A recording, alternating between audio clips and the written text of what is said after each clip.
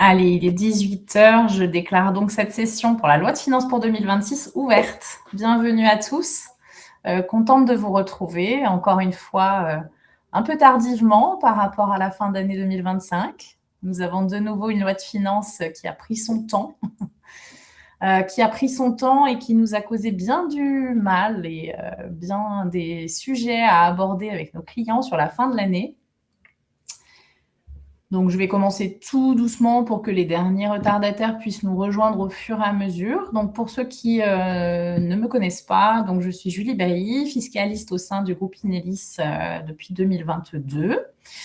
J'anime cette loi de finances donc depuis 2022 et dans un format qui, depuis 2 ans, est un peu moins sympathique que celui qu'on avait coutume de faire. On espère que le calendrier d'adoption des lois de finances nous permettra de retrouver un format plus convivial, comme nous le faisions auparavant.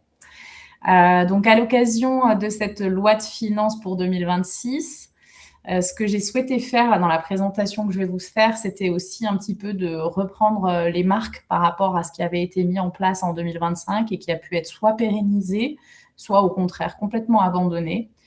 Ça fait donc 2 années de suite qu'on a un contexte d'adoption de la loi de finances qui est extrêmement compliqué, avec des dispositifs contraignants que sont le 49.3 qui nous impose des débats parlementaires extrêmement confus, et ce qui implique aussi beaucoup de confusion chez les conseils dont nous faisons partie, et par conséquent et par ricochet chez les clients.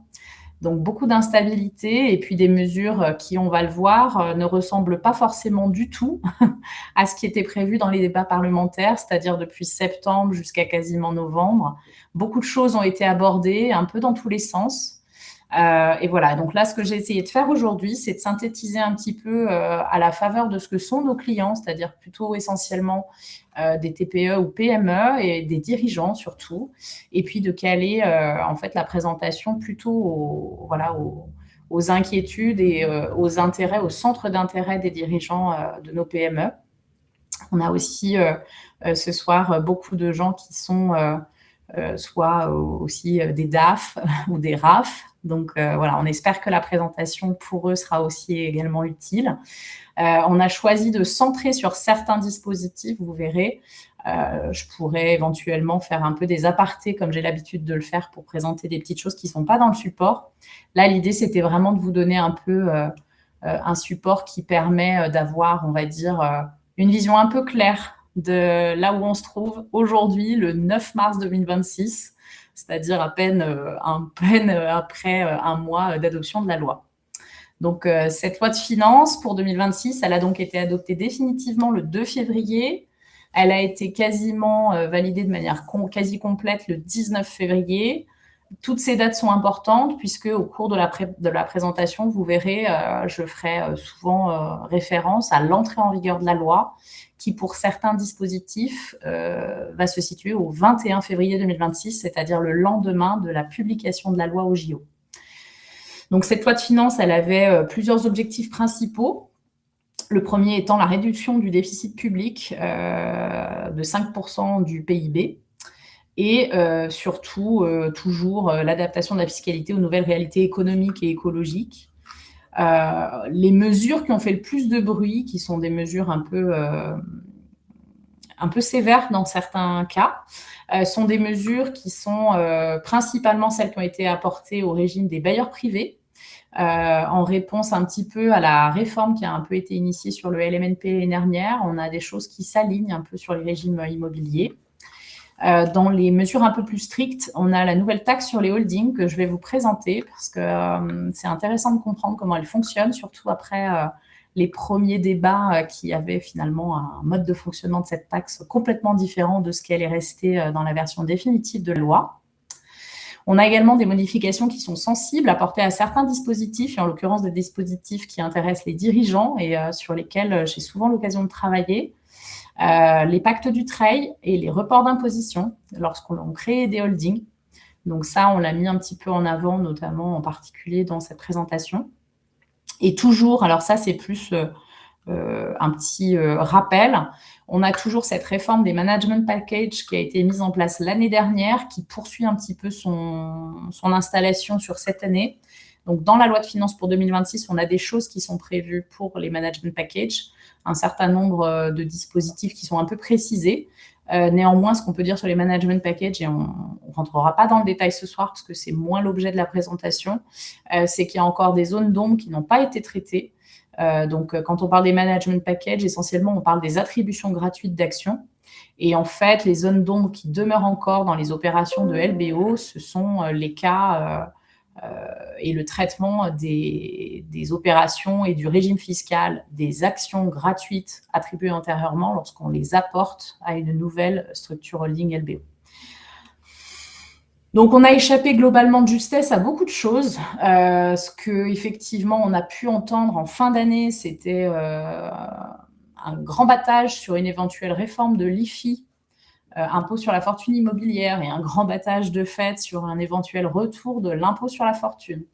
Ça ne veut pas dire qu'on est sorti d'affaires. Ça veut dire qu'en ces matières-là, pour le moment, c'est le statu quo. On a échappé également de justesse à une première version de la taxe sur les holdings qui était extrêmement pénalisante sur les holdings patrimoniales et qui, finalement, dans la version définitive de la loi, retrouve quelque chose d'un peu plus, on va dire, sommaire dans son fonctionnement et avec un champ d'application un peu moins large que ce qu'il n'aurait pu être dans la dernière version du texte qui avait été étudié en novembre dernier. On a eu pas mal de gens qui se sont un petit peu affolés sur ce régime-là et vous allez comprendre pourquoi, parce que c'est une taxe qui est assez lourde. On a la confirmation du plancher unique de TVA à 25 000 € qui a été abandonné. Donc, on a échappé également de justesse à cette confirmation puisque l'année dernière, grand tollé, notamment chez les auto-entrepreneurs, puisque l'instauration d'un plancher unique, toute prestation, toute activité confondue avait été évoquée avec un seuil abaissé drastiquement à 25 000 €. Pour différentes raisons, ceci a été reporté, puis finalement complètement abandonné. On a échappé de justesse également à l'encadrement de l'âge des bénéficiaires dans les donations d'Utreil. Donc, il avait été évoqué peut-être que les d'Utreil puissent fonctionner uniquement dans le cas des donations à des enfants majeurs et dont l'âge maximum était de 60 ans, puisqu'aujourd'hui, il arrive que des donations d'Utreil soient faites pour des mineurs et à des gens au-delà de 60 ans. Donc ça a été abandonné, mais on verra qu'il y a d'autres choses qui ont été en revanche adoptées avec un durcissement un petit peu du régime. Et on a échappé de justesse également à la suppression de l'abattement de 10% sur les pensions de retraite qui avait été aussi évoqué et qui n'a pas été reconduit finalement dans les discussions et dans la version définitive de la loi de finances. À l'inverse, ce qu'on peut regretter finalement, vous l'avez compris, c'est beaucoup d'allers-retours depuis le mois de septembre jusque mi-novembre et puis après tout ce qui a suivi sur décembre et beaucoup de commentaires dans les médias sur le dernier trimestre finalement qui perturbent à la fois les clients et les professionnels dans la compréhension des dispositifs. Moi, je dis toujours aux clients qui m'interrogent, tant que la loi n'est pas adoptée, en fait, c'est difficile de donner du conseil et de prendre des décisions. Et là, on l'aura vu de nouveau cette année. C'était déjà le cas l'année dernière, c'est de nouveau le cas cette année. On a une absence de réécriture claire du régime des marchands de biens. Ça, on peut le regretter puisque aujourd'hui, on est dans un régime un peu entre deux. C'est assez difficile pour les clients qui ont cette activité de comprendre où ils mettent les pieds. Et on a aussi une absence d'éclaircissement sur les aspects techniques des management packages, c'est ce que je disais. Et puis alors, en fonction de son camp, selon que vous êtes ceux qui versent les pensions alimentaires ou qui les reçoivent, il y avait eu de grands débats sur la non-imposition des pensions alimentaires perçues chez les bénéficiaires et quelque chose qui était souhaité quand même du point de vue des bénéficiaires qui ont des situations financières assez difficiles parfois. Eh bien, en fonction de son camp, soit on y a échappé de justesse, soit on regrette le fait que les pensions alimentaires restent soumises au régime classique, c'est-à-dire une imposition chez le bénéficiaire de la pension alimentaire et une déduction du revenu au titre de charge chez le débiteur. Ça, au final, ça n'a pas changé. C'est quelque chose qui avait fait grand bruit et dont plus personne ne parle aujourd'hui avec le nouveau texte qui ne le prévoit pas. Donc, comme je le disais, adoption définitive aussi de la loi de financement de la sécurité sociale. Là, je bascule. Alors, ce n'est pas complètement mon domaine, mais néanmoins, ça a un impact dans ma matière. Donc, il me paraissait important de vous dire que la loi de financement de la sécurité sociale avait été adoptée définitivement le 16 décembre et promulguée elle, en temps et en heure, le 31/12/2025. Elle entre donc en vigueur à compter des revenus 25 ou 26 selon les cas. Et chez nous, en fiscal, ça a donc un impact sur le PFU. Ça, vous avez dû l'entendre. Le PFU, ça y est, on va devoir sortir les calculettes. On ne peut plus calculer aussi facilement le PFU à 30%. Pourquoi? Parce qu'il y a eu une hausse de la CSG sur certains revenus et désormais, du coup, le PFU est ajusté à due concurrence. On va voir un peu en détail comment ça fonctionne. Et puis, les autres mesures qui ont fait du bruit sur la loi de financement de la sécurité sociale, qui ont un impact direct ou indirect sur la fiscalité, c'est la hausse de la contribution patronale sur les indemnités de rupture qui passe de 30 à 40%. Donc ça, c'est assez significatif parce que finalement, la contribution patronale, c'était quelque chose qui était conçu comme une contribution forfaitaire qui avait vocation à être un peu moindre que les contributions patronales usuelles sur les éléments de rémunération. Et finalement, le fait que ce soit rehaussé de 30 à 40%, on se rend compte qu'on va retrouver en fait un régime de cotisation patronale qui commence à tangenter avec le régime de droit commun. Donc ça, bien évidemment, ça influence largement les arbitrages entre les différents modes de rupture. Et puis, ça influence aussi le coût de la main-d'œuvre et par conséquent, la charge dans les comptes comptables et dans la détermination du résultat comptable et fiscal. On a également une réforme du cumul emploi-retraite qui est applicable à compter de 2027, qui rebascule aussi un petit peu les cartes. C'est vrai que quand on a des dirigeants qui nous interrogent sur les perspectives de cessation d'activité et les dispositifs de cumul emploi-retraite, c'est quelque chose qui est assez fréquent. Et là, en fait, le fait que ceci entre en vigueur à compter de 2027 change un petit peu la donne sur ce qu'on a l'habitude de conseiller, que ce soit le département social ou de manière indirecte par rapport à ce qu'on a l'habitude de voir sur les impacts fiscaux et juridiques. Et enfin, j'attire juste votre attention puisque sur la gestion RH, c'est pas inintéressant de le savoir. Il y a des malus en cas de non-respect des obligations, des négociations avec les salariés seniors. Et ceci, finalement, a toujours un peu un impact direct ou indirect sur la valeur ajoutée produite par l'entreprise et puis sur sa charge fiscale au final, puisque ce sont des taxes qu'on appelle souvent parafiscales. Enfin voilà, il y a un régime un peu hybride. Et donc, parfois, la loi de financement sur la sécurité sociale, et en particulier cette année, elle a une incidence directe sur les mesures fiscales. Alors, pour ceux qui me connaissent, je suis un petit peu bavarde, donc je vais prendre le soin de surveiller aussi l'horaire, ce qui n'est pas la chose que je fais le plus facilement. Donc, je commence par le PFU. Le PFU, donc ce qu'il faut bien comprendre, c'est qu'on a deux grandes mesures. On a une mesure de hausse de la CSG sur les revenus du patrimoine et sur les revenus du capital et avec une entrée en vigueur différenciée du coup selon la nature des revenus. Et certains revenus sont donc exclus de cette hausse expressément par la loi de financement de la sécurité sociale. Donc le tableau qui est sous vos yeux a vocation un peu à faire le tri de tout ça. Ne sont pas concernés, on va commencer par les choses sympas, ne sont pas concernés les revenus exclus. Alors, quand on dit les revenus fonciers exclus qui restent au PFU à 30%, c'est uniquement les revenus des intérêts qui sont perçus dans les structures foncières. C'est un petit peu effectivement raccourci là dans la présentation. Ne sont pas concernés non plus par la hausse. Alors, ce n'est pas le PFU, en fait, c'est la hausse de la CSG, d'ailleurs. Je disputerai la mise en page, c'est-à-dire que je me dirais à moi-même, tu n'as pas écrit ce qu'il fallait, Julie. On est en train de parler, en fait, d'une hausse de la CSG. J'en reviens juste 2 secondes sur la slide d'avant. L'impact, en fait, sur le PFU, c'est la hausse de la CSG. Donc, ne sont pas concernés par la hausse de la CSG les revenus fonciers, les plus-values immobilières, les plus-values d'apport placées en report d'imposition qui restent soumises au taux en vigueur l'année de réalisation et tous les revenus qui relèvent de ce qu'on appelle les taux historiques. Donc, quand vous avez ouvert un contrat d'assurance vie ancien et que ce contrat d'assurance vie a fait des petits chaque année sur lesquels vous n'avez pas été taxé, puisque effectivement, en assurance vie, on est taxé en fin de régime, vous vous retrouvez à avoir de la CSG et donc du PFU, le cas échéant, ou du prélèvement forfaitaire et prélèvements sociaux, calculés sur ce qu'on appelle le revenu historique. Donc ça, c'est très important puisqu'il y a vraiment 2 vies à aller chercher. Il y a le PFU sur les revenus classiques, hein, plus-value, dividendes, etc. Et la hausse de la CSG sur certaines plus-values qui ne changent pas. Donc ça, c'est important. Et donc, le PFU va passer à 31,4 dès 2025, c'est-à-dire que pour l'imposition des revenus de 2025 qu'on va déclarer en mai prochain, nous allons déclarer potentiellement des plus-values de valeur mobilière et des droits sociaux. Donc, quand vous avez cédé des titres en 2025, l'imposition qui va être calculée en mai prochain, avis d'impôt septembre prochain, sera calculée sur une base de 31,4. Très bien.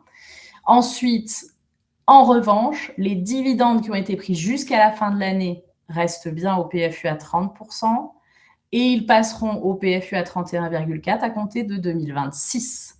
Donc, dividendes, produits d'épargne salariale lorsque vous demandez à attraper la disposition des revenus et les produits de placement à taux fixe, dont les intérêts de compte courant d'associés, les obligations, les intérêts issus des PER.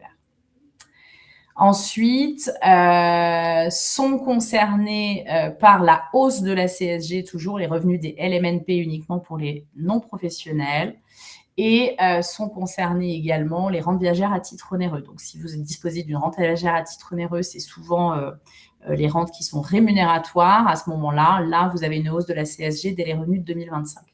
Donc, il y a vraiment un partage un peu de la règle. Et ce qui est important, c'est qu'en mai prochain, vous allez avoir deux choses. Vous allez avoir des opérations pour lesquelles, sur votre avis d'imposition, vous aurez des prélèvements sociaux calculés à 17,2. Et vous aurez également des revenus dès l'avis d'imposition que vous allez avoir en mois de septembre, avec des prélèvements sociaux calculés sur une base de 18,6. Ça, c'est le nouveau prélèvement. Donc 17,2 ou 18,6, et on va avoir les deux qui cohabitent dès l'imposition des revenus 2025 et dès l'avis d'impôt 2025. Donc, dividendes, vous l'avez compris, seules les distributions opérées à compter du 1er janvier 26 sont concernées par la hausse, de sorte que, quand bien même vous souhaiteriez opter pour le barème progressif sur les dividendes, qu'est-ce qui va se passer ? Si jamais en mai prochain, vous avez perçu des dividendes et vous vous dites « Tiens, le barème progressif finalement est plus avantageux », et on va le voir là aussi, il y a une mesure qui arrive sur l'option du barème progressif qui devient révocable. Ça, c'est pas inintéressant non plus. Le fait de repasser au barème progressif ne fait pas changer le fait que la CSG va être due pour les revenus 2025 à 17, enfin avec un taux de prélèvements sociaux global à 17,2. Donc vraiment, l'année 26 en déclaratif et les revenus 25 en mode d'imposition vont vraiment être un peu perturbés dans les avis d'imposition. Ce qui me fait aller du coup sur la fiscalité des particuliers. Donc, contrairement à l'année dernière, nous avons cette année une revalorisation du barème et des tranches du barème à hauteur de 0,9%. On a un seuil d'imposition effectif pour les personnes célibataires qui, pour 2026, sera de 17 595. Alors, ce qui est important de comprendre, c'est que pourquoi je parle toujours de ce seuil quand je fais la présentation de loi de finances chaque année, c'est que une partie de l'impôt sur le revenu, c'est d'aller chercher ce qui est intéressant en termes de foyer fiscal et de rattachement des enfants. Si vous avez des enfants qui travaillent, pour savoir s'il faut les rattacher ou pas, il y a deux choses. Soit ils sont encore étudiants et on a quelque part un peu le temps puisqu'on peut les rattacher jusqu'à 25 ans. Et comme pour les étudiants, il y a un certain nombre de dispositifs où on ne retient pas dans votre foyer fiscal leurs revenus ponctuels, revenus des jobs étudiants, revenus des alternants. Finalement, les rattacher, ça peut être une bonne chose. Et la seule chose qu'on regarde pour les étudiants, c'est est-ce que ça vaut plus le coup que je les rattache en ayant l'exonération de leurs revenus parce que ce sont des étudiants, parce qu'ils sont alternants, ou est-ce que ça vaut plus le coup que je les détache et que je déduise une pension parce que, bien souvent, évidemment, on subvient aux besoins de nos enfants, on leur verse de l'argent. Quand on leur verse de l'argent, une pension peut être envisagée. Cette pension, elle est déductible dans la limite pour cette année de 6 855 €. Lorsqu'on a des enfants qui sont un peu plus jeunes et qui sont déjà dans la vie active, c'est-à-dire des enfants qui ont jusqu'à 21 ans et qui ne sont plus étudiants et qui ont un travail, j'allais dire un vrai travail, en tout cas pas un travail ni étudiant ni alternant. La question de savoir si on doit les raccrocher ou pas est importante puisque là, les revenus les concernant ne sont pas exonérés Et par conséquent, pour savoir si on doit ou non les rattacher, on se retrouve à avoir la question de se dire à partir de quel montant sont-ils vraiment en train de payer de l'impôt. Et ce qu'il faut savoir, c'est que il vaut mieux qu'ils soient imposés tout seuls avec un impôt à zéro, plutôt que vous le rattachiez avec les effets du quotient qui sont limités, puisqu'ils sont plafonnés, comme vous pouvez le voir également sur cette slide. Et ce qui est important, c'est de se dire que, en fait, si votre enfant ne gagne pas plus de 17 595 € de net imposable au titre d'une année, le fait qu'il soit imposé séparément ne lui fera pas payer d'impôt. Et la différence, c'est lorsque les parents ont des revenus confortables et sont dans des tranches d'imposition assez élevées, et en particulier, quand on commence à être dans des tranches à 30, 41, voire 45, 17 000 € à 45%, c'est tout de suite un peu moins intéressant que 17 000 € qui ne seraient pas taxés si l'enfant était imposé seul. Pour pouvoir imposer seul vos enfants, ce qui est important, c'est qu'en amont de la période déclarative, avant le mois de mai, vous soyez en capacité d'aller récupérer auprès des impôts un numéro fiscal et de leur créer un espace. Ça, c'est important. Pourquoi ? Parce que sans le numéro fiscal, vous ne pourrez pas faire leur déclaration, ce sera compliqué, ça rendra compliqué le travail également pour vos conseils. Et donc, de toute façon, il est toujours intéressant, petit 1, de les éduquer au sujet, et petit 2, de pouvoir faire les déclarations dans de bonnes conditions si finalement on doit les détacher. Normalement, à partir de leur majorité, les enfants reçoivent automatiquement un numéro fiscal. Donc, il est possible que votre enfant majeur ait déjà ce numéro fiscal et que ce soit passé dans les limbes. Donc, n'hésitez pas, quand vous avez des enfants majeurs, finalement, l'éducation à l'impôt, ça passe aussi par le fait de dire à partir de maintenant, tu as un numéro fiscal. Et comme chaque année, on va devoir se poser la question de savoir si c'est intéressant ou pas qu'on te rattache, il est important de pouvoir l'identifier et de pouvoir les isoler comme tels. Donc, pour l'impôt sur le revenu, dans les autres grandes mises à jour, on a 2 choses. On a les dons aux personnes en difficulté qui, en fait, bénéficient d'un taux majoré de 75%. Ça, c'est déjà quelque chose qui existait là de manière un peu récurrente chaque année. Et, il y avait toujours la loi de finances qui disait finalement les dons aux personnes en difficulté. Donc, c'est la réduction d'impôt Coluche. On a ce plafond majoré de 1 000 € qui s'applique. Et en réalité, le plafond majoré pour le bénéfice de la réduction à 75%, il est majoré à 2 000 € pour les dons faits à compter du 14 octobre 2025. Donc voilà, ça fait partie des choses pour lesquelles je vous disais, on va avoir une double lecture sur notre impôt sur le revenu 2025. Les dons qu'on a fait avant le 14 octobre 2025, dont réduction Coluche, sont limités à 1 000 €. Donc, si vous avez fait 1 500 € de dons avant le 14 octobre 2025, il n'y a que 1 000 € qui sont à 75%. Et par contre, si vous avez refait 500 € de dons sur la dernière partie de l'année après le 14 octobre, là, c'est le plafond de 2 000 qui joue. Et par conséquent, sur vos 500 € complémentaires qui sont faits dans la bonne période, vous allez encore avoir 75%. Donc, sur vos reçus pour dons cette année, soyez vigilants. Mettez bien de côté les reçus pour dons qui datent d'avant le 14 octobre. Un plafond, on regarde, et ce qui dépasse, ça repasse à 66. Et pour ce qui est fait après le 14 octobre, un nouveau plafond de 2 000 majoré. Et donc, ce qui est bien versé sur cette période, vous pouvez aller rechercher de nouveau 75% jusqu'à la fin de l'année. Donc, il y a une extension aussi sur cette réduction-là depuis l'année dernière sur le taux majoré à 75% pour l'aide aux victimes des violences domestiques, avec ces mêmes plafonds majorés. Donc voilà, donc sur les reçus pour dons, un petit peu d'organisation et de rigueur pour bien être sûr d'appliquer le bon taux, et c'est dommage de ne pas bénéficier du taux de 75% quand on y a droit. On a également les dons pour la sauvegarde du château de Chambord, qui bénéficie d'un taux majoré à 75%. C'est le même dispositif que l'année dernière pour Notre-Dame. Et on a un renforcement de la réduction d'impôt PME avec des versements qui sont faits à compter du 1er janvier avec un taux majoré à 25% qui est reconduit pour 3 ans sur les ESUS et les foncières solidaires. Là, par contre, sur la réduction d'impôt PME, donc c'est la réduction Madelin, je ne sais pas si vous l'avez en tête, c'est cette réduction qui normalement est à 18. Ça fait 3 ans qu'on nous dit c'est pas 18, c'est 25 parce que la Commission européenne nous le permet. Et bien là, pour les versements à compter du 1er janvier et pour 3 ans, c'est 25% d'office à condition que les versements soient faits au profit d'une ESUS et ou d'une foncière solidaire. Donc clairement, là, la volonté, c'est d'aller sur le terrain des entreprises à vocation solidaire c'est-à-dire que ce sont des entreprises dont les statuts et dont le fonctionnement sont tournés vers la solidarité et avec des obligations et des contraintes en matière de répartition des résultats.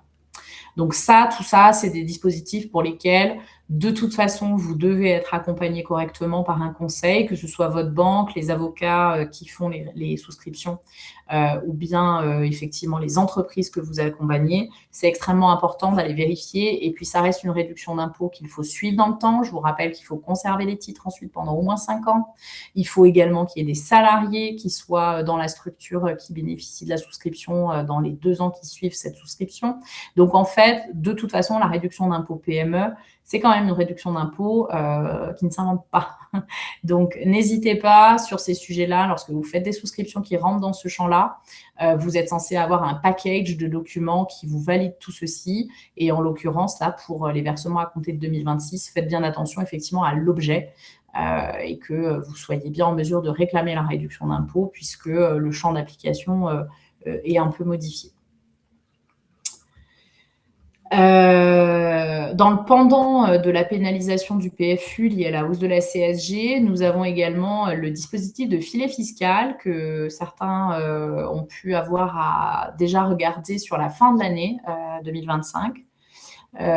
Donc, ce filet fiscal qui était mis en place exclusivement pour les revenus de 2025 dans la loi de finances pour 2025 devient un dispositif qui est pérennisé jusqu'à l'atteinte d'un niveau de déficit inférieur à 3% du PIB, ce qui fait qu'au mieux, selon les prévisions, ce serait pérennisé jusqu'en 2029. Alors, je vous rappelle que la CSG, la CRDS, c'était aussi des dispositifs temporaires quand ils ont été mis en place dans les années 70. Voilà, je le glisse en passant. Donc, le filet fiscal, c'est quoi? Le filet fiscal, c'est un niveau d'imposition minimal qui doit être atteint par les foyers fiscaux qui ont des hauts revenus et qui, par l'effet d'avoir de manière prépondérante des revenus soumis au PFU, se retrouveraient à être imposés de manière inférieure à 20%. Alors, je refais un petit topo sur le PFU. Le PFU, qu'est-ce que c'est? C'est 12,8 d'impôt sur le revenu et 17,2 qui deviennent 18,6 de prélèvements sociaux. Donc, quand on dit imposition minimale à 20%, on compare 20% avec uniquement la partie 12,8 parce que dans le PFU, la seule partie qui fait partie de l'impôt sur le revenu, ce sont les 12,8. Ce qui veut dire que quand on est imposé au PFU à 31,4 à partir de maintenant, potentiellement, on peut quand même avoir un foyer fiscal dont l'imposition minimale des revenus est inférieure à 20%. D'accord? Et ça, on va l'avoir à chaque fois que les revenus soumis au PFU et que vous faites jouer viennent finalement faire tangenter votre revenu global et votre imposition du revenu global à quelque chose qui est en dessous de 20. Je fais très schématique. Si vous avez 1 million de revenus sur une année et que ce million de revenus, moi j'aimerais bien les avoir aussi, si ce million de revenus correspond à 750 000 euros de dividendes soumis à PFU et 250 000 euros d'autres revenus, il est fort probable que votre taux global d'imposition, parce que vous aurez 3/4 de votre revenu global soumis à 12,8, tangente en dessous des 20%. Et c'est ça qu'on regarde. Donc, attention, pas de confusion, je le redis à chaque fois, le PFU à 31,4, c'est bien de l'impôt sur le revenu à 12,8, extrêmement favorable, et des prélèvements sociaux qui, même s'ils augmentent, restent favorables. Donc, pour ce mécanisme-là, l'année dernière, c'était un one-shot qui, du coup, devient pérennisé. Pour ce mécanisme-là, bien évidemment, c'est pour ça que je prends des montants volontairement hauts pour illustrer mon propos. On est sur des foyers fiscaux lorsque les revenus excèdent 250 000 euros pour une personne célibataire ou 500 000 pour un couple marié. C'est pour ça que du coup, alors marié ou pacsé, c'est pour ça que du coup, on est plutôt sur des hauts revenus. Et en fait, finalement, le filet fiscal vient schématiquement pénaliser des opérations qui ont été significatives et qui ont été de manière prépondérante soumises au PFU. C'est ça, la mécanique. On a un taux du filet fiscal qui est impacté par une décote si jamais on a des hauts revenus, mais pas trop quand même. Et on a également un mécanisme de décote qui vient en fait tenir compte du comment vous avez été imposé finalement les années précédentes. Donc ce mécanisme-là, il est important. Pourquoi? Il est important parce que en fin d'année, vous êtes censé calculer et payer, le cas échéant, un acompte de 95% de la contribution.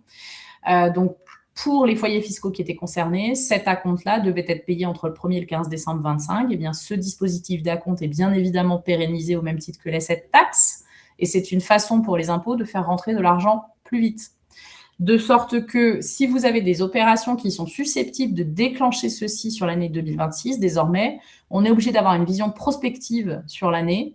Et quand vous faites des opérations sur l'année, il faut en plus qu'on vous dise « attention ».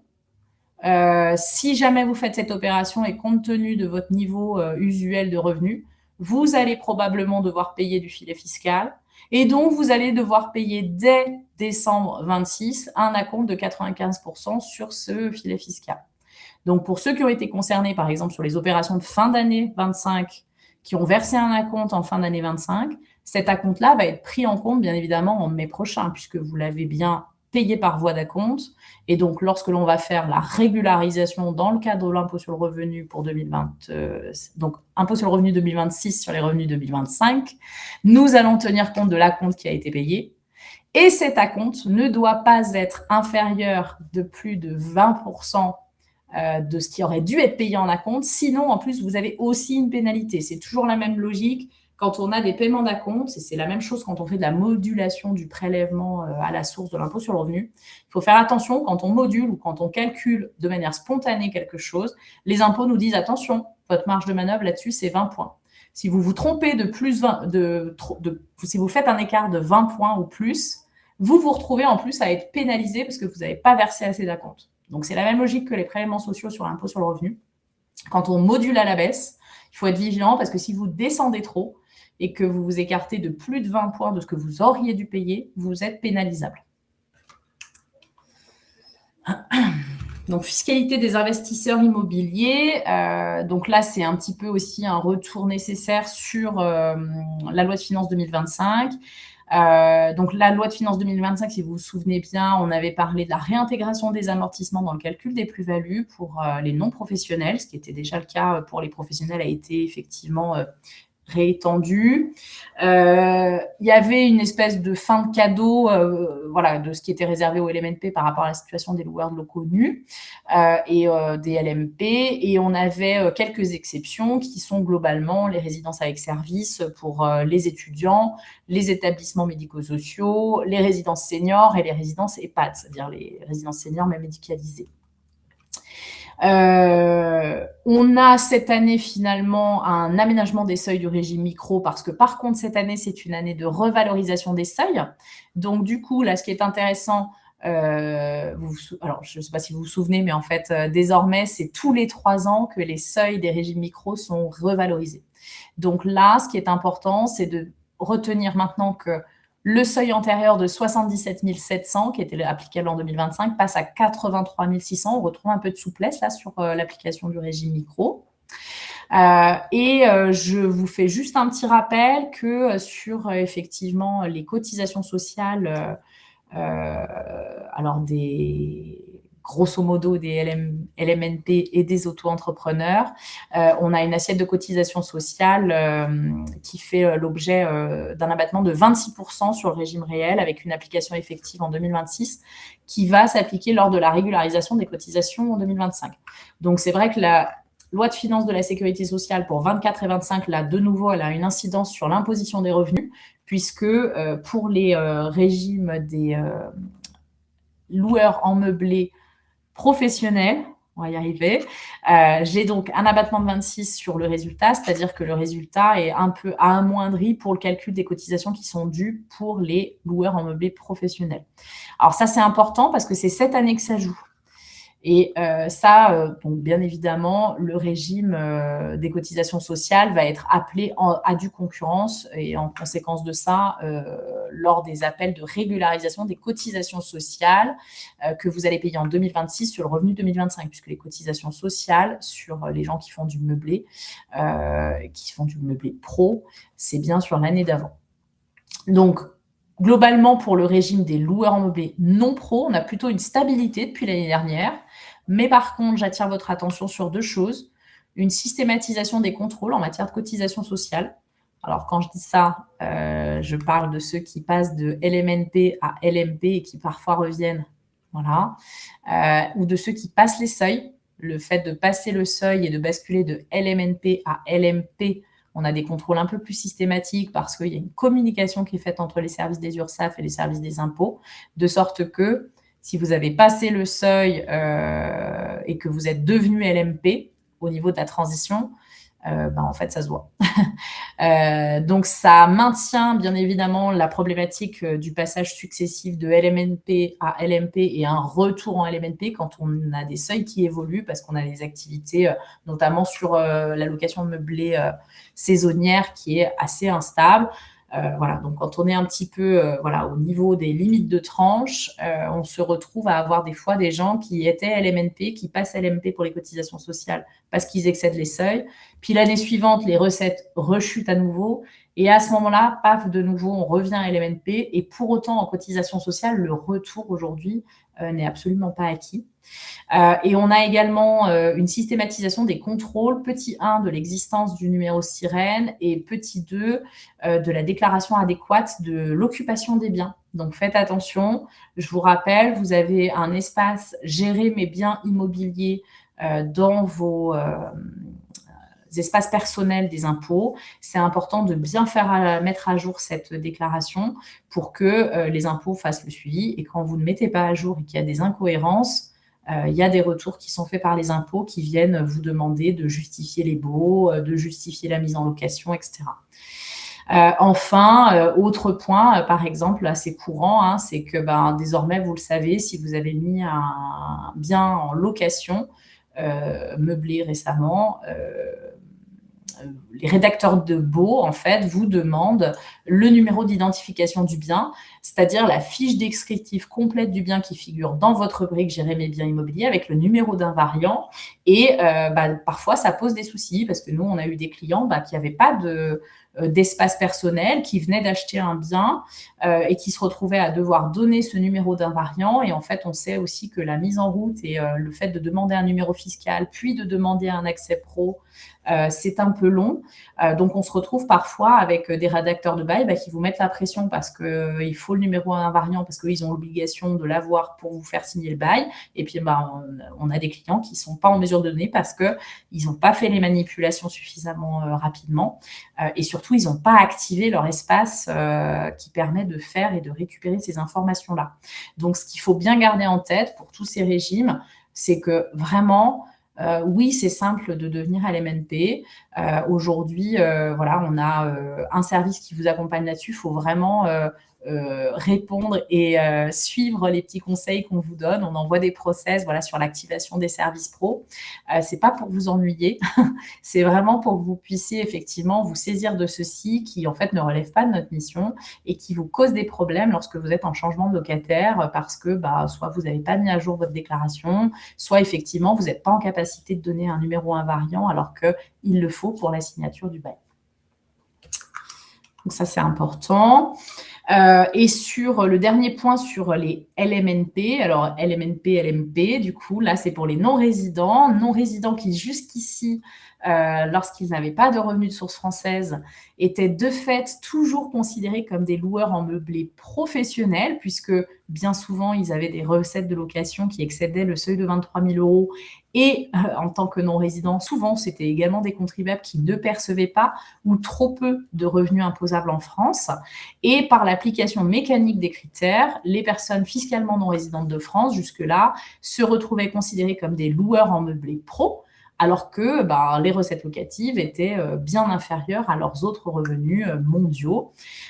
Donc aujourd'hui, il est mis fin à une situation discriminatoire puisque la loi vient corriger ceci. Ce sera applicable à compter de l'imposition des revenus 2026 et on regarde désormais pour les non-résidents les revenus de même nature qui sont soumis à un impôt équivalent à l'impôt sur le revenu dans l'état de résidence. C'est-à-dire que pour comparer justement le seuil de 23 000 €, on le compare aux revenus professionnels, qu'ils soient faits fait en France ou ailleurs. Et si effectivement les revenus professionnels restent prépondérants, la qualité de LMNP devient acquise pour les non-résidents, ce qui n'était pas le cas jusqu'ici. Donc ça, c'est un vrai changement. Et ça, c'est pas inintéressant de le savoir pour ceux qui seraient en perspective peut-être de transférer leur domicile à l'étranger, puisqu'on est un petit peu interrogé sur ces questions. Je veux vraiment vous parler du statut de bailleur privé. Donc, le statut de bailleur privé, c'est le fait de pouvoir permettre aux particuliers qui acquièrent avant la fin de 2028 des logements qui sont destinés à la location nue à titre de résidence principale. Et en fait, l'idée, c'est par ce biais-là que les propriétaires fonciers vont pouvoir déduire un amortissement qui peut aller sur une base d'amortissement jusqu'à 80% du prix d'acquisition du bien. Pourquoi 80%? Parce qu'on enlève les fameux 20% du terrain, comme on le fait lorsque, par exemple, on est loueur en meublé non professionnel. Donc, en fait, par ce biais-là, on voit qu'il y a déjà une petite tendance au réalignement. Et en fait, on se réaligne finalement sur la location meublée longue durée. Puisque du coup, voilà, dans ce cadre-là, à condition qu'on loue à un locataire tiers, donc pas un membre de la famille, les personnes physiques ou les associés de sociétés non soumises à l'IS, et notamment les SCI qui louent nus, ils vont pouvoir bénéficier en fait d'un amortissement sur 80% de la base du prix d'acquisition, donc moins 20% du terrain. Et cet amortissement-là, il est forfaitaire et il dépend en fait de la nature du bien. Donc, c'est un peu un nouveau Pinel qui est plus tourné sur finalement un réalignement du dispositif d'amortissement des LMNP. Et le propriétaire du logement doit prendre l'engagement de donner en location nue à usage de résidence principale pendant une durée de 9 ans. Donc ça, c'est important. Location nue à usage de résidence principale du locataire. Ça, il faut vraiment l'avoir en tête. Et donc, du coup, on a, là encore, et c'est pour ça qu'on parle d'un nouveau Pinel, c'est le dispositif Jean Brun, celui-là, pour ceux qui peut-être auraient entendu ce nom-là. En fonction, si c'est de la location intermédiaire ou sociale et très sociale, on a des choses différentes sur le taux d'amortissement. Et donc, voilà, je vous ai affiché les pourcentages. Donc, loyer intermédiaire ou loyer social ou très social, on voit que le pourcentage d'amortissement sur le prix d'acquisition du bien sur une base de 80% est différent. On a un plafond de déduction, cela dit, pour ceci, qui est de 8 000 € par an et par foyer fiscal, qui est majoré du coup de 2 000 € en cas de location sociale majoritaire ou de 4 000 € en cas de location très sociale. Donc là, ça veut dire quoi ?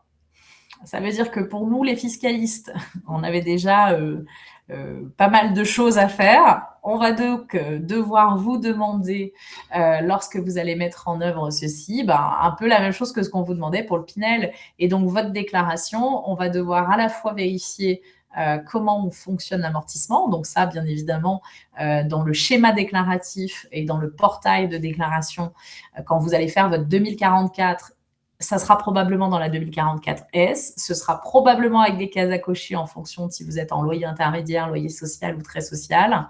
Et ensuite, ceci supposera que l'amortissement soit plafonné. Donc, effectivement, on peut espérer que le schéma déclaratif et que le portail de déclaration permettra de plafonner en automatique les montants quand on va renseigner en fait le taux d'amortissement. Je suis une grande optimiste. Et en général, alors d'expérience et blague à part, tout ce qui est dispositif Pinel, etc., on a toujours une adaptation qui est assez bien faite des formulaires et du schéma déclaratif. Il est assez rare que ce soit pas efficient. Par contre, il est clair que on s'éloigne du Pinel qu'on connaît, donc forcément, il faut se réapproprier les formulaires et puis les cases à remplir, et surtout bien vérifier qu'on remplit les conditions. Ça, c'est vraiment toujours un peu le même problème. Il faut savoir que quand on remplit pas les conditions au début d'un dispositif comme celui-là, si c'est la même chose que pour le cellier et pour le Pinel, en fait, la réduction d'impôt, elle est remise en cause depuis l'origine. Donc, soyez vigilants, mettez bien de côté, quand vous allez faire ce type d'opération, tous les justificatifs. Aujourd'hui, ce que je constate, c'est que la plupart des contentieux et la plupart des problèmes qui sont liés aux contentieux sont liés au fait que les gens ne conservent pas assez leurs justificatifs parce que tout est dématérialisé. Et ça, c'est un vrai sujet. On est tous tributaires de ça. Gardez bien en tête que votre petit dossier de mise en route de location avec un dispositif Jean Brun, il doit comprendre les ressources, hein, l'avis d'impôt de votre locataire, vérifier effectivement si c'est du neuf ou de l'ancien, vérifier quel est le niveau et le territoire dans lequel vous vous trouvez. Est-ce que c'est du loyer intermédiaire? Est-ce que c'est du social, du très social? Faites-vous un petit dossier. Finalement, à la maison, il n'y a rien de mieux que le papier. C'est souvent ce que je dis aux clients. Donc oui, la digitalisation, c'est bien. Et de toute façon, tout ceci, on ne pourra de notre côté vous accompagner et le mettre en place que si on a tous ces éléments. Donc dites-vous, c'est aussi fourni que ce qu'on doit fournir pour le Pinel ou le cellier en termes de justification. Attention, parce que du coup, s'il y a un cas de remise en cause, les amortissements aussi, de fait, ça aura un impact sur le revenu brut global. Sur la fiscalité des entreprises, je suis extrêmement frustrée parce qu'il y a beaucoup de choses intéressantes dans cette loi de finances. Pour faire assez simple et essayer d'être compréhensible, en fait, les 3 prochains dispositifs là, que je vous présente sont assez techniques. La première des choses, c'est les intérêts. Les intérêts qui sont servis par des entreprises. On avait jusqu'ici, on a toujours d'ailleurs jusqu'ici, 2 logiques. Lorsqu'une entreprise paye des intérêts sur la trésorerie qu'on lui met à disposition, on a le taux minimal, le taux maximal, de déduction, ce qu'on appelle le taux 39.1.3, taux maximal de déduction au plan fiscal. Ce taux maximal, par exemple, pour les exercices civils 31/12/2025, c'est 4,55%. Et on a, de manière alternative, ce qu'on appelle le dispositif de la preuve contraire. La preuve contraire, c'est quoi? C'est lorsque l'argent qu'on me met à disposition est mis à disposition par une entreprise liée, je peux rémunérer au-delà du taux limite de déduction fiscale de droit commun si je suis en capacité de prouver que le taux du marché pourrait me permettre de payer plus et donc peut me permettre de déduire plus. Donc ça, c'est important parce que le mécanisme droit commun et preuve contraire, jusqu'ici, ça s'appliquait aux entreprises liées. Entreprises liées, c'est en gros entreprises avec lesquelles j'ai un lien de dépendance suffisant, direct ou indirect, mais avec une notion de contrôle. Là, la loi de finances pour 2026, elle fait quelque chose d'extrêmement intéressant. Elle dit le mécanisme de la preuve contraire marche désormais pour les entreprises qui sont associées mais non liées. Alors oui, on joue sous les mots. Comme d'habitude en fiscalité, on joue sous les mots. Une entreprise liée, c'est une entreprise qu'on contrôle. Une entreprise associée, c'est une entreprise qui a une participation qui peut être minoritaire. De sorte que cela veut dire qu'aujourd'hui, là où avant, on avait le droit de faire le mécanisme de la preuve contraire que pour les entreprises qui nous contrôlaient, maintenant, on peut le faire même pour des entreprises qui sont minoritaires dans notre capital. Si on arrive, et toujours, et j'insiste, parce que c'est souvent ça qui manque finalement, c'est pas toujours le problème du taux, c'est le problème de la justification, si on démontre que le marché aurait permis de payer un taux supérieur.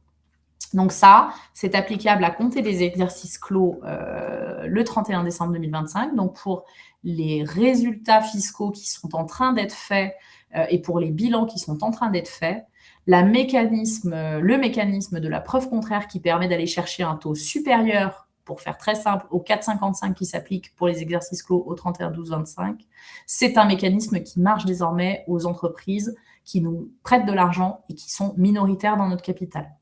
Donc ça, c'est important, extrêmement technique. Et en réalité, par contre, c'est vraiment un sujet bilan inventaire de cette année. Pareil, même question sur les sujets bilan 31/12/2025. On peut avoir à se poser la question du classement des titres de participation dans la comptabilité. Pour faire le plus simple possible, on a plusieurs présomptions. Présomption comptable, les titres de participation, ce sont des titres qui dépassent 10%.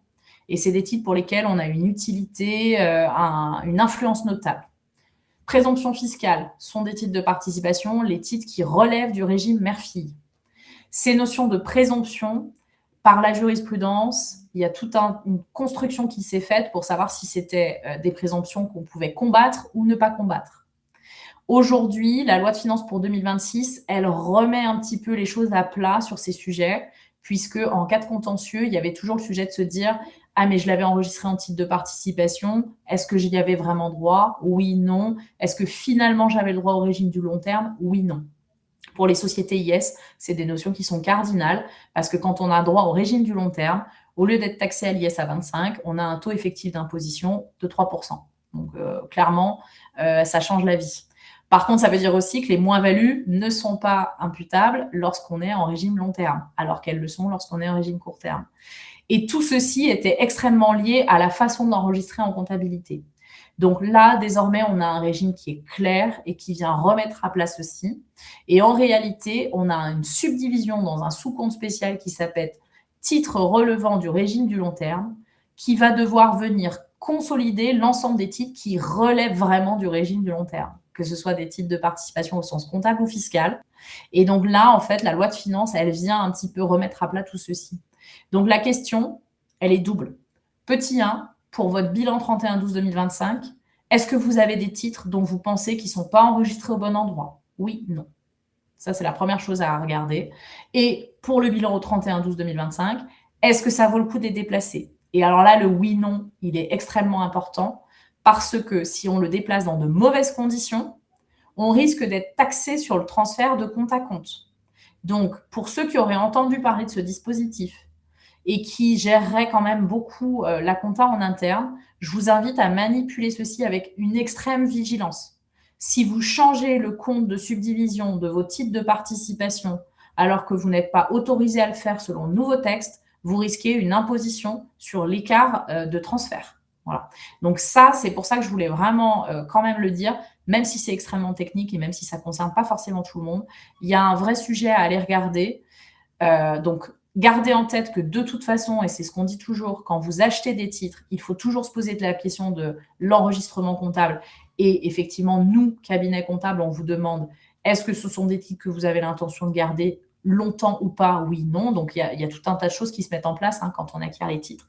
Et c'est important que dans ces phases d'acquisition, on puisse intervenir assez tôt suite à l'acquisition des titres, que ce soit par souscription ou par acquisition auprès de quelqu'un. Donc, plus tôt on a les actes, plus tôt on peut discuter de ce genre de sujet et moins on risque de prendre le mauvais choix sur l'affectation comptable. C'est important qu'on sache, nous, quelle est l'utilité de cette participation pour votre activité et est-ce que oui ou non, du coup, de fait, les présomptions comptables et fiscales peuvent jouer. Si oui, effectivement, il est de notre responsabilité de l'inscrire au bon endroit. Par contre, cette inscription, elle dépend effectivement de choses qu'on ne peut connaître que parce qu'on connaît votre intention au moment d'acquisition des titres. Et si effectivement les titres sont déjà inscrits à l'actif, voilà, le fait de les changer ou pas du fait de cette nouvelle loi, c'est aussi un vrai sujet. Et c'est un sujet qui va mériter, petit 1, qu'on vérifie si on a acquis les titres en plusieurs tranches, parce qu'on peut avoir des tranches qui ne remplissaient pas les conditions et d'autres qui les remplissaient. Donc ça, c'est vraiment important. Donc, pas d'effet de régularisation en pensant qu'il y a un effet d'aubaine à la chose. Faites-le avec précaution si vous devez vous interroger sur ce sujet. Je passe un peu rapidement sur les conséquences de l'option pour l'IS des entreprises individuelles. 2 choses à retenir très schématiquement. On avait un petit peu des flous juridiques suite à ce nouveau régime. La première chose à retenir, c'est qu'on a un régime de neutralité qui est désormais acquis pour les options à l'IS des entreprises individuelles. Ce n'était pas le cas jusqu'ici. La loi de finances 2026 met vraiment fin à ce flou. Donc, il y a un système de neutralité quand on est une entreprise individuelle et qu'on opte pour l'IS dans le cadre de l'assimilation à une EURL. À ce moment-là, le régime de neutralité, maintenant, c'est validé, il s'applique de plein droit. L'autre chose qui est impactée, c'est lorsqu'on a une entreprise individuelle qui fait un apport à une société à l'IS. Là également est consacré le principe de la neutralité qui n'était absolument pas acquis dans la version initiale du texte et qui désormais l'est. Donc en gros, on a un régime qui est inspiré de celui de l'article 151 octies, qui était l'article par lequel on pouvait faire des apports en neutralité dans le cadre des apports en société de certaines activités. Et là, ça s'applique maintenant désormais à ce régime de l'EI qui était un peu mal écrit de ce point de vue-là jusqu'ici. On va avoir des mesures TVA, donc ça, vous l'avez beaucoup entendu parler, on a beaucoup communiqué là-dessus. La facturation électronique, Les 2 nouvelles exclusions qui rentrent en vigueur pour l'obligation de facturation électronique, ce sont désormais les opérations de livraison de biens ou de prestations de services qui sont réalisées par un assujetti établi en France, mais qui sont situés en dehors de l'Union européenne. Désormais, ça, c'est une opération, enfin 2 types d'opérations pour lesquelles on est en exclusion pour l'obligation de la facturation électronique, pour des mesures, on va dire, de simplicité. Et effectivement, j'imagine que l'idée, c'était de se dire dans quelle mesure est-ce que la facturation électronique a un intérêt ou vraiment un enjeu majeur lorsque finalement les opérations en question sont situées en dehors de l'UE. Et une exclusion également pour les livraisons intracommunautaires, avec une exclusion qui est cette fois par contre temporaire que jusqu'au 1er janvier 2030, 1er juillet 2030, de sorte que à compter du 1er juillet 2030, les livraisons intracommunautaires qui sont en exclusion de facturation électronique vont devoir être soumises de la même façon aux obligations déclaratives numériques. Donc ça, bon, ça fait partie du grand panel facturation électronique vers lequel on essaye de vous accompagner là, un peu pour certains en marche forcée jusqu'en septembre. Puisque septembre, c'est un peu le premier point de bascule. Faut quand même noter que la sanction en matière de facturation électronique a été rehaussée. Le non-respect par l'assujetti de l'obligation d'émission d'une facture électronique, pour ceux qui y sont assujettis, donne lieu désormais à l'application d'une amende de 50 € par facture au lieu de 15. Donc là, on voit que vraiment, l'idée, c'est d'être rédhibitoire un petit peu dans l'application de la sanction et de décourager les gens qui, en fait, préféreraient ou prendraient un peu trop de temps à basculer. Donc, c'est important, la facturation électronique, il faut vraiment, si vous n'avez pas encore fait le nécessaire, il est temps, et même pour ceux qui n'ont pas l'obligation réception-émission, dès septembre, on a quand même l'obligation réception en électronique, donc du coup, il faut être vigilant là-dessus. On a un petit retour aussi sur les attestations délivrées pour les logiciels de caisse. Le support, je vais vous l'envoyer sous réserve de la correction là, de la première slide qui ne me convenait pas. Donc, ne vous inquiétez pas, je passe un petit peu vite sur certaines choses parce que voilà, tout ne le mérite pas. La réforme de la franchise en base, on oublie le seuil unique, ça je vous l'ai dit un petit peu en préalable. Donc, le seuil unique des 25 000 € qui avait été envisagé en 2025 ne verra pas le jour. Il avait été également envisagé que les travaux immobiliers soient les seuls concernés par ces 25 000 €. Ça non plus, ça ne passe pas. Donc, le seuil général de 2026 est de 37 500 avec 41 250 pour le seuil majoré d'application dès l'année, en fait. Lorsqu'on dépasse tout de suite au cours de l'année 41 250, on est tout de suite assujetti à la TVA si on bénéficiait de la franchise. Et 2025, alors comme en fait sur 2025, le texte avait bien été adopté et il a été suspendu pour être finalement reporté, pour être finalement annulé par 2026, en fait, on reste sécurisé avec les anciens seuils sur 2025 jusqu'au 31/12/25. Donc, ce qu'il faut juste retenir, c'est que le seuil unique qui avait été mis en place l'année dernière n'a pas vocation à être mis en place avec la loi de finances pour 2026. Je ne sais pas vous dire si ceci ne sera pas de nouveau sur le tapis l'année prochaine, en revanche. Mise en place de la facturation électronique toujours. Voilà, ça je vous l'ai dit, hein, je le rappelle à chaque fois parce que c'est surtout pour la réception. C'est-à-dire que tout le monde est concerné par la réception des factures électroniques à partir du 1er septembre 2026. Et du coup, en fait, c'est à cause de cette obligation de réception qu'on vous invite à choisir une plateforme de dématérialisation avec un partenaire. Et pour les PME, l'obligation de recevoir les factures électroniques, c'est bien dès le 1er septembre 2026. En parallèle de tout ça, parce que c'était pas assez compliqué, on trouvait pour la TVA, on a un transfert total des textes de la TVA vers le nouveau code des biens et services. J'ai mangé ce qu'était le I, CIBS. Donc, l'intégralité des dispositions applicables en matière de TVA va basculer vers le CIBS avec une renumérotation. Donc, pour ceux qui connaissaient le 257 bis du CGI, l'article 259A, le 293A pour la franchise, tout ça n'existera plus. Il y a une cohabitation possible des textes entre le Code général des impôts et le CIBS dans les documents jusqu'au 31/12/27. Mais ce que je vous invite vraiment à faire, c'est de vérifier dans quelle mesure vos outils de gestion et vos logiciels sont préparés à cette renumérotation. Donc, parfois, c'est les éditeurs de logiciels qui vont s'y coller, puisque si vous passez par un éditeur et que vous avez un logiciel qui n'est pas un logiciel maison, la renumérotation des articles, à mon avis, va faire partie de la mise à jour à venir. En revanche, quand vous avez un logiciel maison ou quand vous êtes, astreint à certaines obligations, et notamment ne serait-ce que pour faire vos factures correctement avec les bonnes mentions, il faut vraiment vous mettre en disposition pour switcher et passer finalement des textes du CGI vers le CIBS pour adapter vos factures. Encore une fois, on a 1 an et demi maintenant pour le faire. C'est pas si long en fait. Donc, ce que je vous invite à faire dès avant septembre 2026, du coup, maintenant, on est vraiment dans les starting blocks.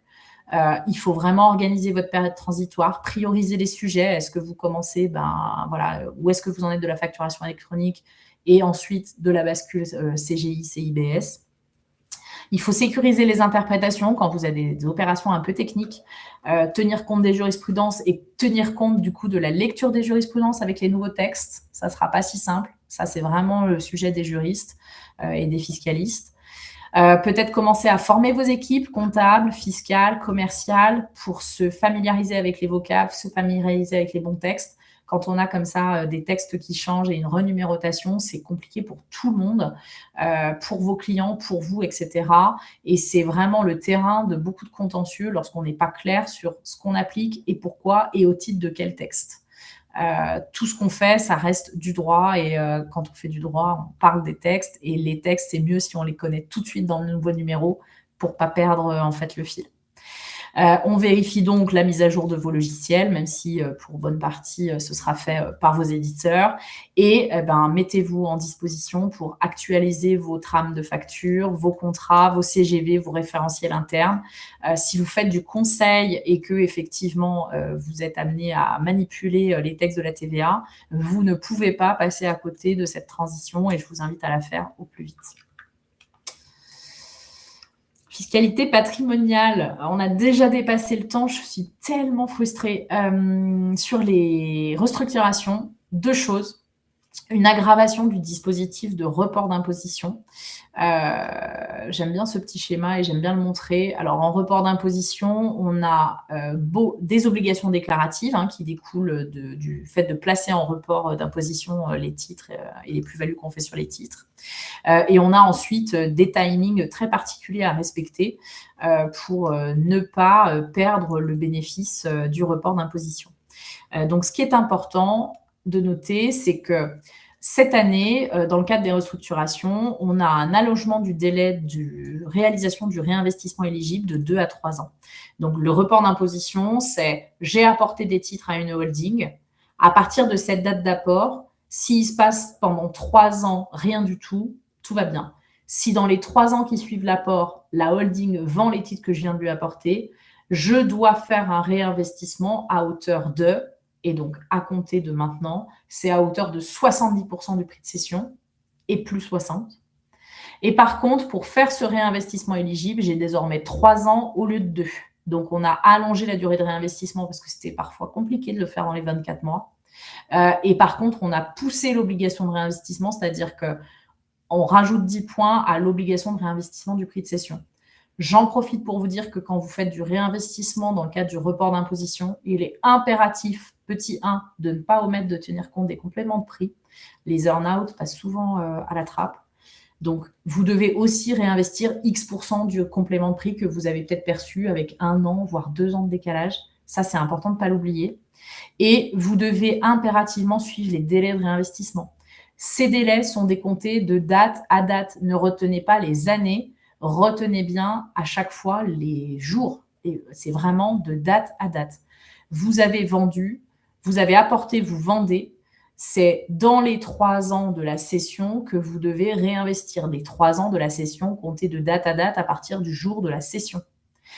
Cette modification-là de la loi, elle entre en vigueur pour les cessions qui sont réalisées à compter du 21 février 2026. Ça veut dire que des apports qui ont été faits avant 2026 peuvent être concernés par des cessions qui sont faites depuis le 21 février et qui vont devoir être réinvesties à hauteur de 70%. Donc ça, c'est extrêmement important d'avoir en tête. Et on a en plus un resserrement. Maintenant, le dispositif d'apport-cession, de manière extrêmement claire, il y a un renvoi express au texte de la réduction d'impôt IR-PME, ne sont plus éligibles au réinvestissement, si tant est qu'ils l'étaient avant, hein, on pouvait en discuter déjà, les activités photovoltaïques, les activités financières, en ce compris le courtage et le change, l'intégralité des activités immobilières, les activités de gestion du patrimoine mobilier et les activités de promotion.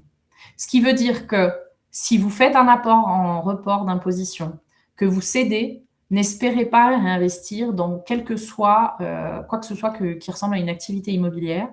Et cela inclut également une exclusion des activités financières. Donc ça, pour certains dont l'immobilier professionnel ou le courtage est une activité professionnelle, il peut y avoir un vrai enjeu parce que légitimement, vous pouvez vous dire, bah, tiens, c'est une activité opérationnelle parce que c'est votre activité opérationnelle. Ce n'est pas une activité éligible au report d'investissement. Le report et le réinvestissement sont désormais clairement identifiés comme devant être faits dans des activités opérationnelles productives, non financières, non patrimoniales. Donc, il ne faut pas qu'il y ait de doute possible. Et en réalité, effectivement, maintenant, le texte est extrêmement clair et assez rigoureux sur ce sujet-là. Donc là, je refaisais le point sur les dates. Hein. Donc, vous l'avez compris, si vous avez fait un apport à une holding, même en janvier 24, eh ben, une cession de titre qui interviendrait le 15 février 26 n'est pas concernée par les nouvelles règles. Par contre, pour le même apport fait en janvier 2024, une cession de titre par la holding qui interviendrait le 1er mars 26 relève des nouvelles règles. D'accord? Donc, les nouvelles règles, c'est principalement le fait de passer au réinvestissement à 70%. Et autre chose aussi qui est extrêmement important, c'est qu'auparavant, la durée de conservation du réinvestissement, ça pouvait être limité à 1 an. 1 an, c'était suffisant pour dire que vous avez fait un réinvestissement éligible et ça conforte votre report d'imposition.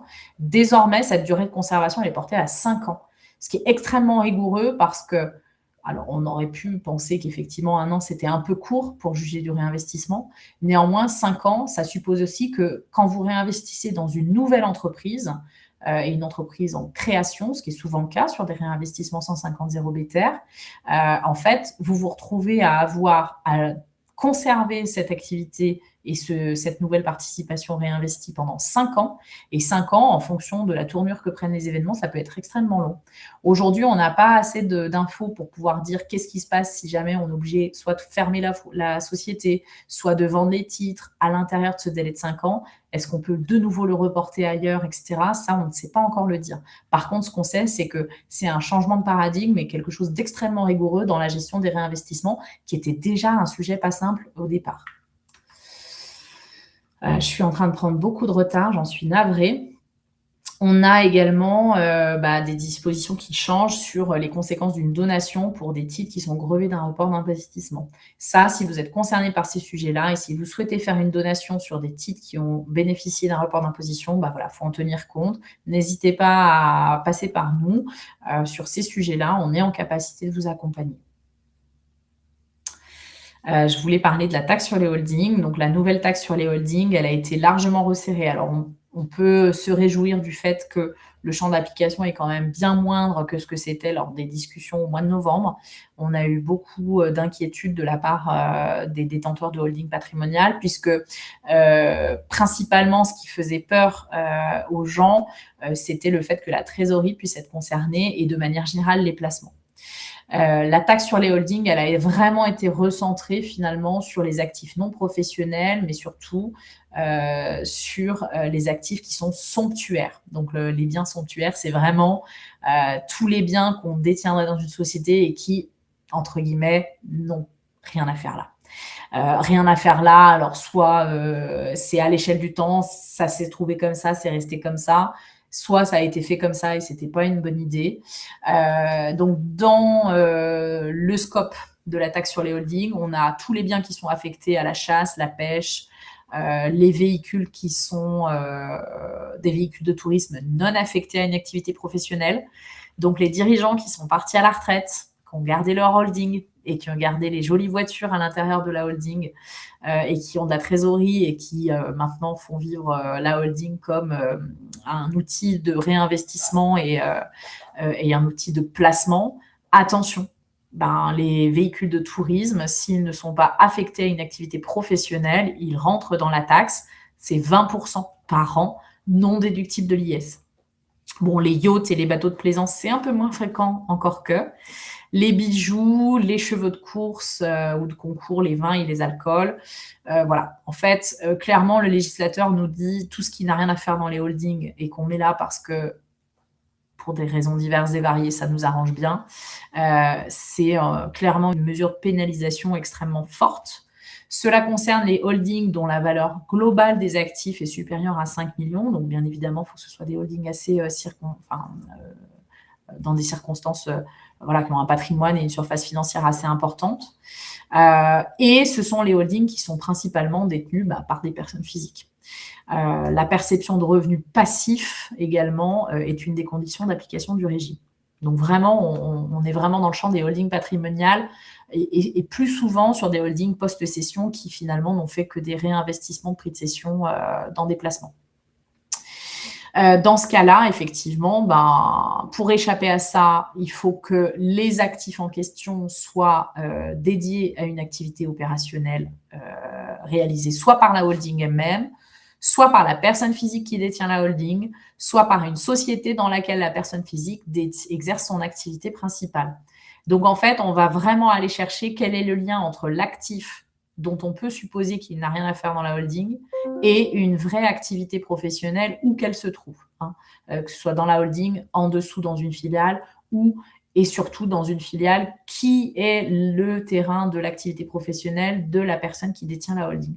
En fait, ce qu'on cherche à vérifier, c'est que dans le triangle de détention, on a ce qu'on appelle un maître de l'affaire qui contrôle tout le monde. Est-ce que le maître de l'affaire, à un moment donné, exerce une activité professionnelle qui nécessite le bien qui est dans la holding, qui pourrait être taxé du fait de la nouvelle mesure? Et dans ce cas-là seulement, on peut en être exclu. Pacte Dutreil également, un allongement de la durée de l'engagement individuel de conservation, de sorte qu'avant, on avait des engagements collectifs et individuels de 2 plus 4 ans. Maintenant, on passe à 2 plus 6 ans. Ça concerne les transmissions qui sont réalisées à compter du 21 février 2026. Et sur le calcul de la base exonérée, il faut avoir des actifs strictement professionnels.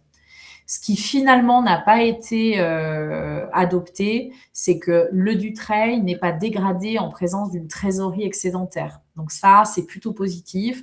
Et là, on revient aussi sur, pareil, toujours ces histoires de biens somptuaires.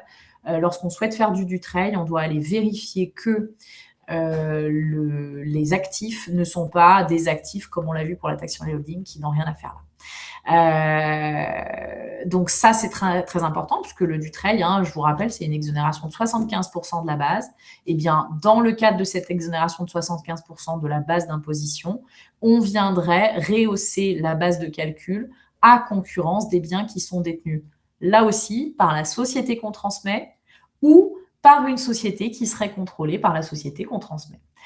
Donc là, pareil, on va chercher, comme on le fait désormais dans beaucoup de dispositifs fiscaux, on doit retraiter la valeur des biens somptuaires qui sont détenus par les filiales et qui ne sont pas affectés à une activité professionnelle pour venir rehausser la base et donc on neutralise un éventuel effet d'aubaine sur le fait de faire bénéficier du pacte Dutreil, des choses qui sont que clairement le législateur veut exclure de cette exonération. J'ai fini avec beaucoup de retard, j'en suis vraiment navrée. On avait une loi de finances qui était extrêmement dense. Il y a beaucoup de dispositifs que je n'ai pas évoqués parce que il fallait faire des choix, comme souvent.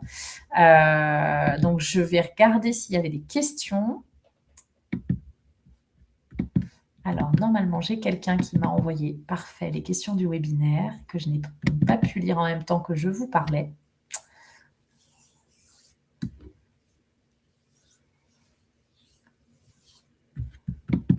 Hop. Alors, j'ai une question sur les cotisations sociales dans les régimes LMNP et LMP. Pourriez-vous, s'il vous plaît, revenir sur les situations où on a des cotisations sociales dans les régimes LMP et LMNP? Et donc, une autre question qui est la présentation pourrait être envoyée par mail. Oui, on envoie toujours la présentation par mail avec, dans les jours qui suivent. Alors, je reviens ici. Hop. Donc, le sujet des cotisations sociales pour les LMNP. Donc, on a deux situations possibles. Soit je suis, et je vais ne pas utiliser les abréviations parce que ce sera plus simple, soit je suis loueur en meublé non professionnel, soit je suis loueur en meublé professionnel. Quand je suis loueur en meublé non professionnel, mes revenus sont assujettis aux prélèvements sociaux sur les revenus du patrimoine, si je ne dis pas de bêtises. Donc, du patrimoine ou du capital, c'est tout le sujet de la CSG. Donc, en tout cas, on est assujetti de manière forfaitaire et à compter des revenus, de l'imposition des revenus 2026, ce taux-là reste à 17,2 parce qu'on est exclu de la mesure de la hausse de la CSG. D'accord? Donc, non professionnel, cotisation sociale forfaitaire, et on reste à 17,2 quand on est LMNP. Quand on est loueur en meublé professionnel, là, on relève du régime social des indépendants. On devient professionnel lorsqu'on dépasse 23 000 € de recettes et que les recettes qu'on a excèdent les autres revenus. Ça veut dire qu'effectivement, l'activité prend une ampleur telle que ça devient votre activité professionnelle. Dans ce cas-là, et c'est souvent le seuil de 23 000 qui fait la bascule, vous devenez qualifié de loueur en meublé professionnel. Et parce que vous êtes loueur en meublé professionnel et donc soumis au régime social des indépendants, eh bien, vous devez avoir un calcul de cotisation sociale qui va ressembler à ceux des indépendants. Et dans le calcul des cotisations sociales des indépendants, à compter de 2026, on a désormais un abattement sur la base de 26%, ce qui fait que, alors après, quand on prend des exemples, globalement, en régime de croisière, les LMNP ont souvent des résultats proches de zéro pendant longtemps. Quand je suis soumis à l'impôt sur le revenu à zéro parce que j'ai de l'amortissement, etc., et parce que je n'ai pas encore amorti tout mon bien immobilier, si j'ai zéro de résultat fiscal, je n'ai pas de prélèvements sociaux sur mon LMNP. Quand je suis LMP, si avec les amortissements, pareil, j'arrive à un résultat fiscal de zéro, là, parce que je suis régime social des indépendants, je vais avoir une cotisation minimale. C'est-à-dire que même en ayant un zéro ou un déficit, parce que je suis professionnel, je cotise sur une base minimale. Ça, c'est obligatoire, parce que vous êtes pro. Et donc, ce que je disais tout à l'heure, c'est que quand on passe d'un régime à l'autre, parce que c'est le seuil des 23 000 qui fait des fois la balance et que une année on le dépasse, une année on ne le dépasse pas, une fois qu'on a franchi une fois le seuil et qu'on a été identifié comme loueur en meublé professionnel, aujourd'hui, les textes et surtout le régime social ne permet pas de revenir en arrière. Ce qui fait que quand vous avez été une fois, vous avez fait la bascule une fois loueur en meublé professionnel, vous êtes assujetti aux cotisations sociales sur souvent une base plancher, puisque souvent on a quand même des revenus qui sont déficitaires ou égal à zéro à cause des règles d'application. Et par conséquent, ça, vous le payez chaque année. Après, il ne faut pas diaboliser le fait de passer en loueur en meublé professionnel parce qu'on a des choses qui sont applicables dans ce régime-là qui ne sont pas applicables à l'inverse dans le loueur en meublé non pro. Donc, il ne faut pas vous dire qu'il y a un régime qui est génial, l'autre qui est complètement inintéressant.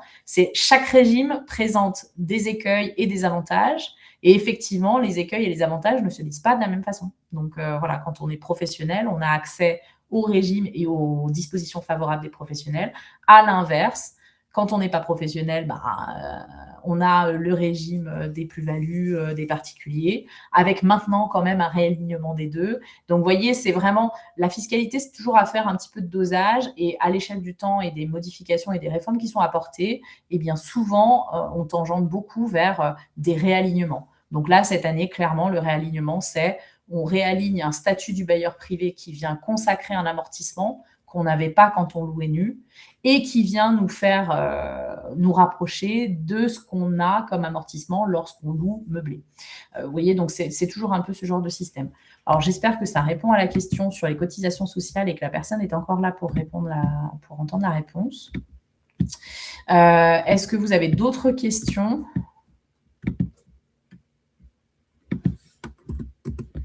Donc, moi, je vais revenir spontanément, du coup, sur le PFU. Merci pour ceux qui sont gentils et qui apprécient mes qualités de bavarde. Je suis vraiment désolée. Je pourrais parler des heures, moi, de fiscalité. Je voulais revenir sur le PFU, la hausse du PFU. En fait, il faut bien comprendre, et vous voyez là, on a fait une coquille dans la présentation et je m'en veux terriblement. Donc, je reviens juste pour que vous compreniez bien. La hausse du PFU, c'est en lien avec la hausse de la CSG. La hausse de la CSG s'applique dès 2025 pour certains revenus et à compter de 2026 pour d'autres. Schématiquement, la hausse de la CSG s'applique dès 2025 pour les plus-values sur titre. Je fais simple parce que c'est là que ça va s'appliquer le plus souvent. Plus-value sur titre, plus-value sur crypto, etc., etc.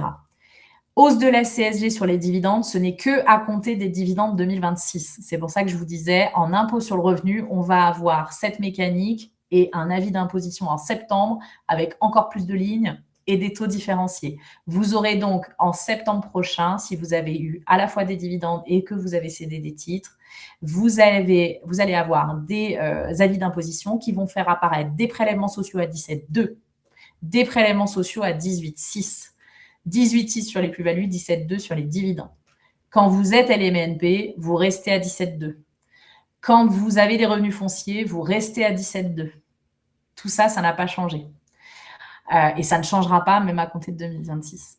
Et par contre, ce qui n'a pas changé non plus, parce que non seulement on hausse le taux, mais également il y a eu une petite pichenette qui a été faite dans la loi de finances de la sécurité sociale, c'est que malgré l'augmentation du taux de la CSG, qui porte du coup les prélèvements sociaux à 17,2, de 17,2 vers 18,6 sur certains revenus, le taux de la CSG déductible, lui, n'a pas été modifié. Ce qui veut dire que sur vos revenus fonciers, parce que c'est clairement ça le sujet, sur vos revenus fonciers, quand vous avez payé 17,2, vous avez 5,1% qui sont déductibles que vous retrouvez l'année d'après. Donc ça ne change pas. Par contre, quand vous allez opter pour le barème progressif sur les dividendes, pour ceux qui c'est intéressant, eh bien non seulement vous allez avoir un surcoût en CSG, mais ce surcoût, même en barème progressif, n'est pas compensé par un petit bout de CSG déductible complémentaire. Donc, j'essaie de voir s'il y a d'autres choses. La présentation pourrait être envoyée par mail, oui, bien sûr. Voilà, si vous avez encore une petite question, je termine sur une dernière question et sinon, je vais vous abandonner. Je pense que j'ai répondu à toutes les questions, du coup. PFU. Voilà, ouais, du coup, j'ai répondu, voilà, assez spontanément. Donc, je vous enverrai le support. Il y a deux choses que je vais probablement faire. Je vais probablement faire un webinaire sur les types de participation qui seront plutôt à destination des DAF. Parce qu'à mon avis, là, il y a un sujet qui est assez intéressant et en termes de technique, voilà, c'est important de bien comprendre comment ça marche. Et l'autre webinaire que je pense faire, c'est celui sur la taxe sur les holdings. Pourquoi? Parce que taxe sur les holdings, comme elle n'est pas déductible de l'IS et comme elle va s'appliquer sur les exercices clos à compter du 31/12/2026, s'il y a des dispositions à prendre, c'est maintenant. C'est maintenant et c'est entre maintenant et la fin de l'année. Donc, si vous devez reclasser des biens pour les sortir des holdings, c'est maintenant qu'il faut le faire. Voilà, donc je vous tiendrai au courant de tout ça. On a comme toujours une actualité fiscale qui est assez désagréable parfois et qui ne manque pas de rebondissement. Voilà, j'espère que pour les prochains webinaires, vous serez également nombreux. Je vous souhaite à tous une très bonne campagne déclarative impôt sur le revenu avec plein de nouveautés. J'espère que vous inviterez vos enfants majeurs à prendre de l'autonomie sur les sujets des impôts parce que vraiment, c'est quelque chose pour lequel je suis assez... voilà, j'aime bien être derrière les clients et leur dire attention, les enfants, quand ils sont grands, il faut aussi les éduquer à ça. Donc, pensez bien à vos jeunes adultes qui travaillent et qui sont ou pas rattachés à votre foyer fiscal. Je vous souhaite une très bonne soirée.